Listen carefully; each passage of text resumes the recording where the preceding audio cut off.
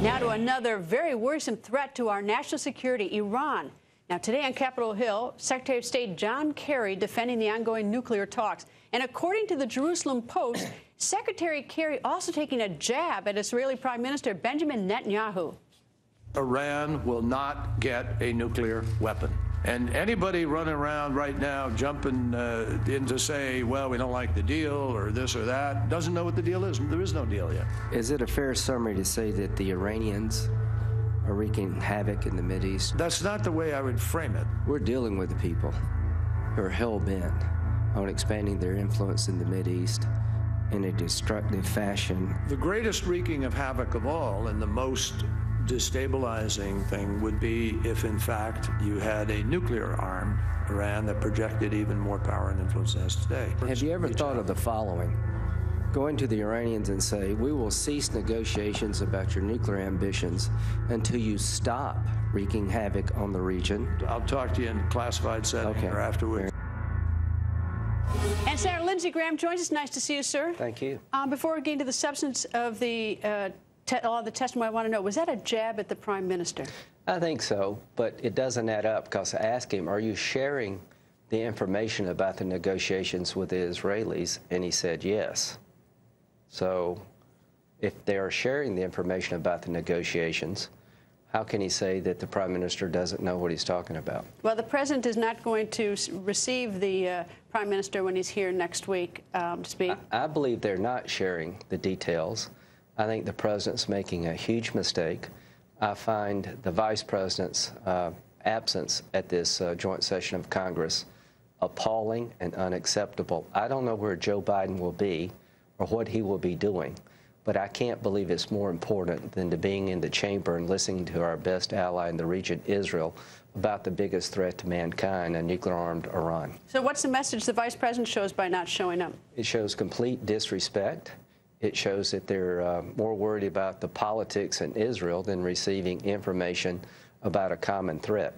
The Prime Minister is coming over here to inform us from his point of view what we're facing if we get this wrong with Iran.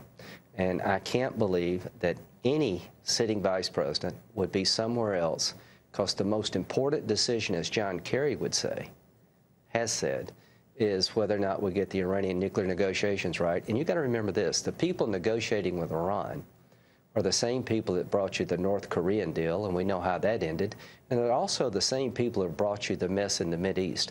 So how could any American feel comfortable knowing that the people negotiating with Iran are the author of the Mideast policy that's a complete disaster? President Obama and his entire national security team are really the Keystone Cops. All right, let me ask, Secretary Kerry vowed today Iran will not get nuclear weapons. You laugh. Well, these are the same people that drew a red line for Assad. These are the same people who say we're going to degrade and destroy ISIL, and ISIL is gaining territory in Syria. So you think Iran's going to get a nuclear weapon? Yes, if something doesn't change. These are the same people that said Putin was in a box. These are the same people that said we've got Russia on the run. Here's what I'm suggesting. I hope they don't get a nuclear weapon, because every Arab in the region will want one, and we're on the road to Armageddon, and Israel will never know a moment's peace. So here's what I'm suggesting to the Secretary. If it is a good deal, I will vote for it, but I'm not going to give you a pass. I'm not going to give you a blank check. So I will be introducing legislation this week requiring that before any deal with Iran becomes binding, Congress has to approve it, that we all get to look at it, that you'll get to look at it, then we'll be on the record as to whether or not it's worthy of our approval before it becomes binding. When you say you'll get to look at it, you mean the American people get to look at it? Because there's been some discussion about showing Congress sort of behind closed doors. I think this is important to us. We ought to get to see it too. This is the biggest decision that any president will make in my lifetime. If we get this wrong and the Ayatollahs break out and obtain a nuclear capability, will create a nuclear arms race in the Mideast. Israel is in the crosshairs of this regime, and so are we. So it's a very simple proposition. Bring the deal to the Congress. Let us vote up or down. If it's a good deal, I'll vote for it. If it's a bad deal, we'll say start over, do better. Senator, nice to see you, sir. Thank you.